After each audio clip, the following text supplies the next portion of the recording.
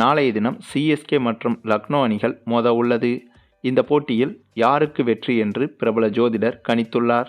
அதன்படி சிஎஸ்கே அணியின் கேப்டன் தல தோனியை எடுத்துக்கொண்டால் இவரது ஜாதகத்தில் செவ்வாய் மற்றும் குரு ஜாதகமாக அமைந்துள்ளதால் திடீர் முடிவுகள் மற்றும் தைரியமான செயல்கள் எதிர்பார்க்கப்படுகின்றன.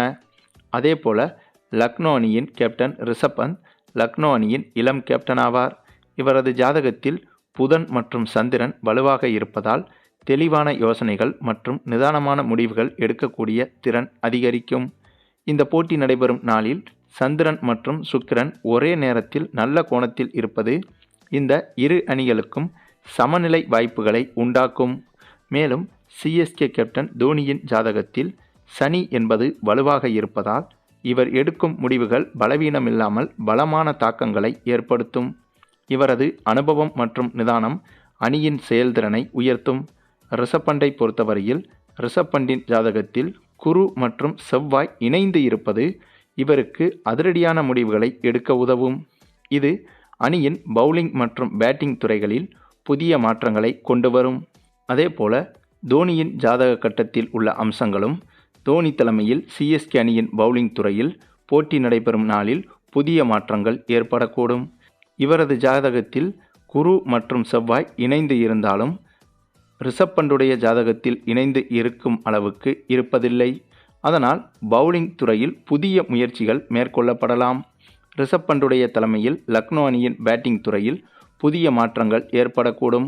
இவரது ஜாதகத்தில் புதன் மற்றும் சந்திரன் வலுவாக இருப்பதால் பேட்டிங் துறையில் அதீத முயற்சிகள் மேற்கொள்ளப்படலாம். இந்த போட்டியில் இரு அணிகளும் தங்கள் பலங்களை முழுமையாக பயன்படுத்தும். ஆகவே இந்த ஆட்டம் பரபரப்பின் உச்சமாக இருக்கும்.